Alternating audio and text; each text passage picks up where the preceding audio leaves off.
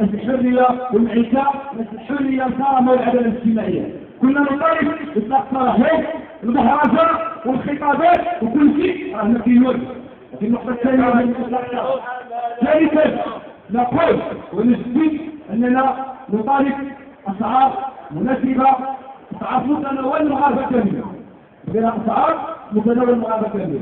وفي الزيت مع الحزات الحزات وراكم عارفين السكر زاد ورجعوا كاملين وشو كيبيع الزيادة وشو اللي يحسن فيها. نعرفوا زيادات في الأسعار وشو المغاربة كاملين كيما سولوا على الدستور قالوا لا تفرضوا على الدستور وشو قلنا على الزيادة واش باغيين ولا ما باغيينهاش. المغاربة كاملين كباغي الزيادة. شكون اللي مسؤول على الزيادة؟ النظام ديال المغرب. هذوك الناس اللي كنقولوا حل الحكومة والبرلمان، هذوك الناس اللي كنقولوا الصفار، هذوك اللي صاروا الثورة في البلاد هما المسؤولين على السيادات الدينية. هذه نقطة الثانية. رمضان على الأبواب. كنعرفوا شيوخ الشوك. لا مثلات شادين واحد الحب واحد شاقفين والاخر مع الدجاج والاخر مع السوسات والاخر مع السوسات وداروا اللي بغاو وفيه امثال اللي بغاو.